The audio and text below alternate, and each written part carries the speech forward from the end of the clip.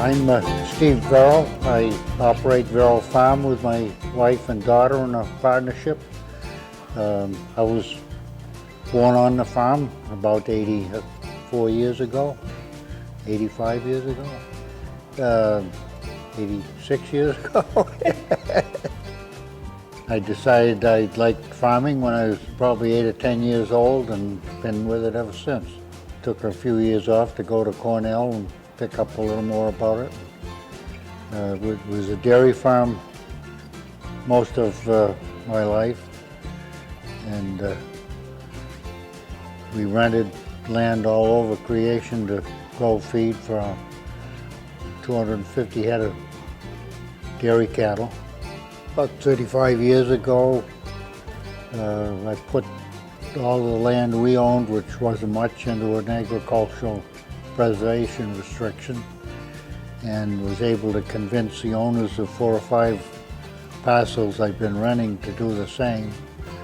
And then I was able to purchase their land after it was restricted, and they got the money from the development rights, and I got the land.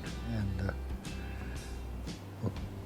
that changed my thinking a little as time went on, because all of the equity was in undevelopable land, so we had to figure out ways to make the operation successful as a farm, and we've been adapting ever since.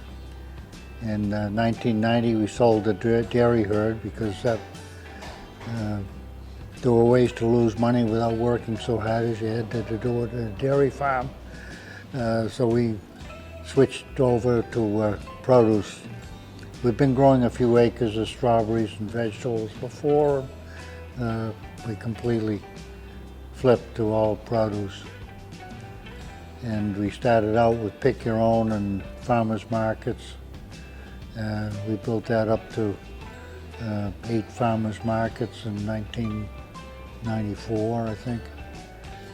And we had a tent out we were selling things out of on the edge of a field across the street here from the stand.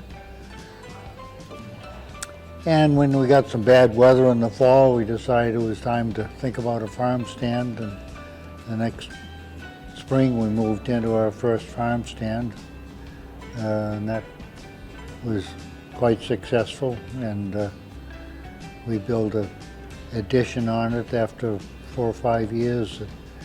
We enlarged the kitchen. We put a small commercial kitchen on, and we enlarged the kitchen and put some offices and a nursery upstairs to provide daycare for Jennifer's babies that were on their way.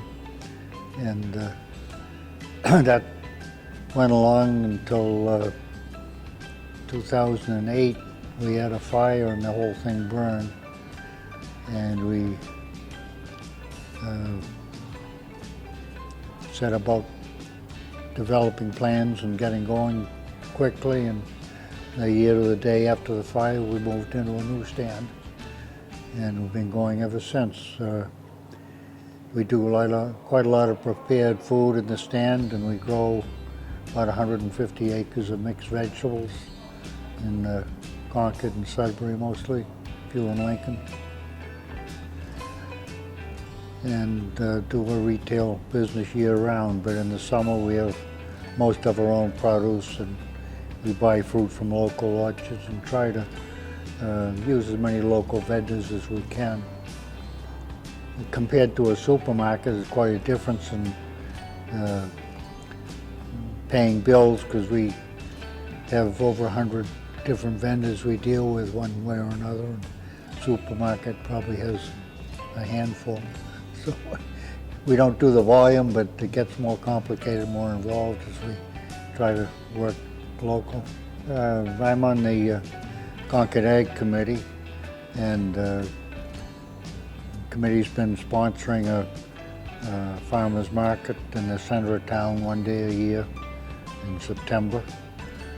And it's been very successful. We closed down the main street and have all the farmers in town try to participate, and I think there are 7 or 8 that do now.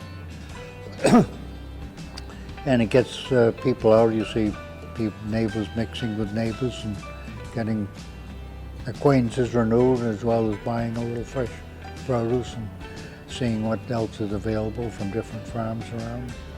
It's a good way just to promote the town's agriculture.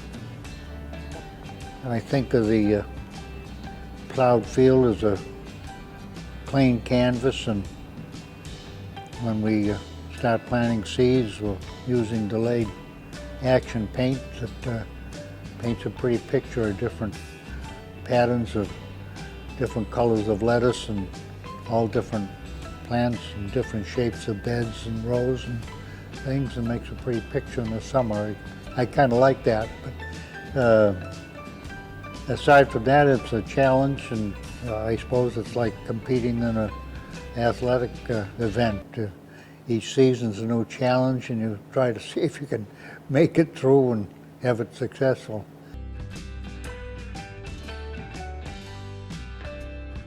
It's kind of a tradition of family. My dad was born up in Sunday River many decades before anybody thought about skiing up there. And that used to be a thing they did there. I think it was a side income for the family as well as for family use. There was quite a maple grove there. For years afterwards, he went up into his 80s, I think, last time he was doing it. Tapped a bunch of trees and built a sap house there, and he boils it down the old-fashioned way. I know when I was a youngster, we cut some of the old maple trees out that were dying and had to come out. We split them up for firewood, and it was interesting because when we got to splitting them, sometimes we see the old tap holes and in the heart of the tree where the tree had grown for years after they were through. And some of those holes were big enough so you could stick your finger in them, because they used to use the old wooden taps. It was like a 1 by 1 or 3/4 inch square stick of wood that they had a little trough in and rounded the end off and had a hole drilled through the middle of it. They drive that into a much bigger hole in the tree than anybody uses tapping trees nowadays.